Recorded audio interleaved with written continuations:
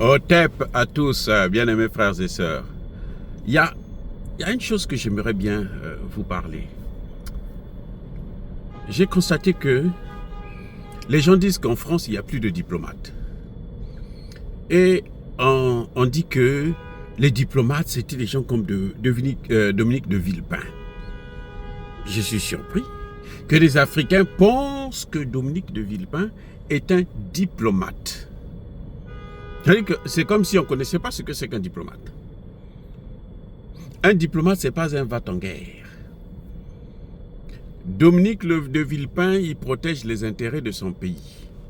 Dominique de Villepin veut une France forte qui va rivaliser avec les Américains. Mais cette France forte qui peut rivaliser avec les Américains, elle ne peut pas le faire si elle n'a pas l'Afrique avec elle. Ça, c'est clair. Je reprends. La France veut rivaliser avec les États-Unis d'Amérique. Mais la France ne peut pas, je dis bien ne peut pas, et ne pourra jamais s'asseoir au même pied d'égalité que les États-Unis d'Amérique sans l'Afrique. Et pour avoir l'Afrique, la France a besoin de recoloniser le continent. Parce que si l'Afrique n'est pas colonisée, elle ne peut pas avoir le contrôle sur l'Afrique. Ça, c'est clair. J'entendais Dominique de Villepin dire que il y a des suspicions de génocide à Gaza par Benjamin Netanyahu. Ok. On lui va donner des leçons. Oh, c'est intéressant ça à voir. Mais qu'est-ce qu'il a fait tout son temps en Afrique? N'est-ce pas lui qui, avec Jacques Chirac, disait qu'il devrait effacer Gbagbo, écraser Gbagbo? N'est-ce pas lui qui a soutenu la vitrification de Laurent Gbagbo par Nicolas Sarkozy? Et il y a des gens qui vont prendre l'exemple, mais Dominique de Villepin s'est opposé aux États-Unis dans le monde arabe pour la guerre en Irak. Oh, là encore c'est surprenant. C'est mal connaître Dominique de Villepin. C'est mal le connaître, c'est mal connaître la France. Parce que dans cette guerre où Jacques Chirac a voulu s'opposer aux États-Unis d'Amérique, il y avait quoi? Mais en Irak, la France avait investi près de 2 milliards de dollars qu'ils avaient prêtés auprès de Saddam Hussein. Et ces 2 milliards-là, la France savait qu'en cas de guerre américaine en Irak, eh ben, ces 2 milliards-là vont disparaître. Ils ne vont plus jamais les avoir. Et c'est ce qui s'est passé d'ailleurs. Parce que malgré le refus de Dominique de Villepin et Jacques Chirac, eh ben, la guerre a quand même eu lieu. Vous voyez comment les choses se passent? Parce que quand on est fort, lorsqu'on dit ça ne se fera pas, eh ben, il ne faudrait pas que ça se fasse. Le même Dominique de Villepin, il pense que c'est tout à fait normal qu'on envoie des armes en Ukraine.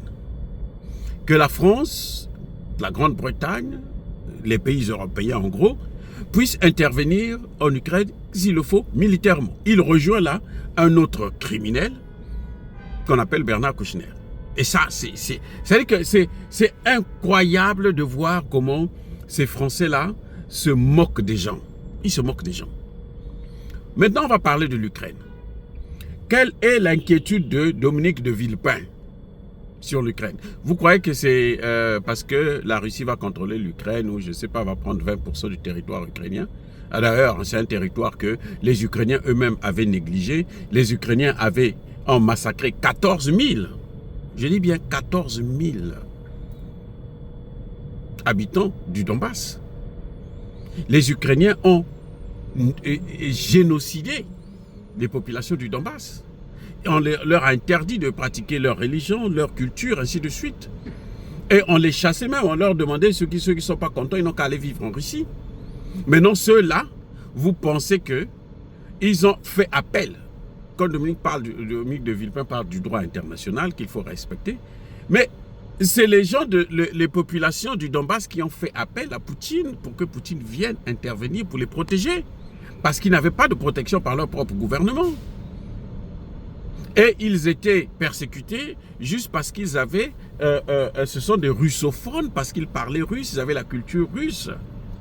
C'est tout ce qui se passe.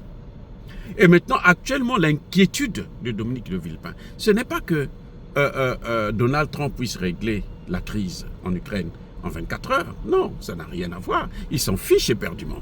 Ce qui les inquiète, c'est que Donald Trump, quand il va régler cette affaire, il ne va pas associer la France, il ne va pas associer l'Allemagne, il ne va pas associer la Grande-Bretagne.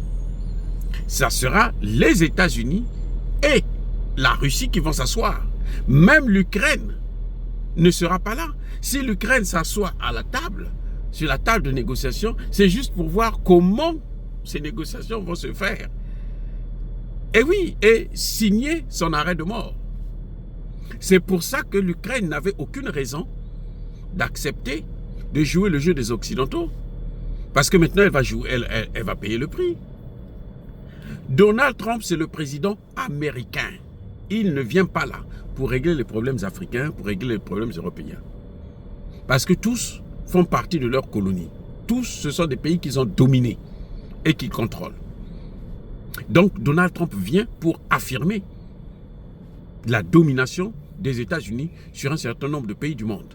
Donald Trump se rend compte que, mais elle a une rivalité, ou plutôt deux rivaux, c'est-à-dire la Chine et la Russie. Et ce sont ceux-là qu'il faut justement neutraliser. Ce sont ceux-là qu'il faut justement, comment dirais-je, affaiblir. Et la guerre doit se passer avec, ou contre plutôt, la Russie et la Chine. Parce que la stratégie de Henry Kissinger et les autres prédécesseurs, c'était de faire la guerre d'abord contre la Russie, affaiblir la Russie, afin d'isoler la Chine et attaquer la Chine. N'oubliez pas qu'entre la Russie et la Chine, il y a 4 000 kilomètres de frontières. Donc, cette stratégie, c'est celle que Joe Biden a voulu essayer de mettre en œuvre. Elle n'a pas marché, il a échoué. Eh bien, c'est pile ou face. Hein. Quand vous échouez, vous échouez. Hein. C'est clair, l'autre qui vient, il doit changer de politique. Et cette guerre a permis, écoutez bien, a permis à la Russie et la Chine de consolider leurs relations. Et c'est cette guerre qui est à l'origine de l'accélération de la dédollarisation. Dominique de Villepin, c'est ça justement qu'il attend de voir. Son problème, c'est que si les États-Unis règlent ça sans l'Europe, eh bien l'Europe sera complètement écrasée. C'est-à-dire que la sécurité européenne doit se faire toujours et pour toujours sans l'Europe. C'est les Américains qui vont décider de l'avenir de l'Europe depuis l'Ukraine. Donc la situation en Ukraine, c'est une situation très très complexe. C'est pas aussi simple que ça. C'est Emmanuel Macron qui n'a rien compris sur un jouet, c'est un vaurien. Hein. C'est un pauvre imbécile. Donc là, bon, on ne peut pas faire autrement puisque il est comme ça, il est bête. Hein. On ne peut pas lui donner, mettre de l'intelligence en lui. Voilà. Arrêtez de penser que Dominique de Villepin, c'est un diplomate. Non. C'est un bandit, c'est un criminel.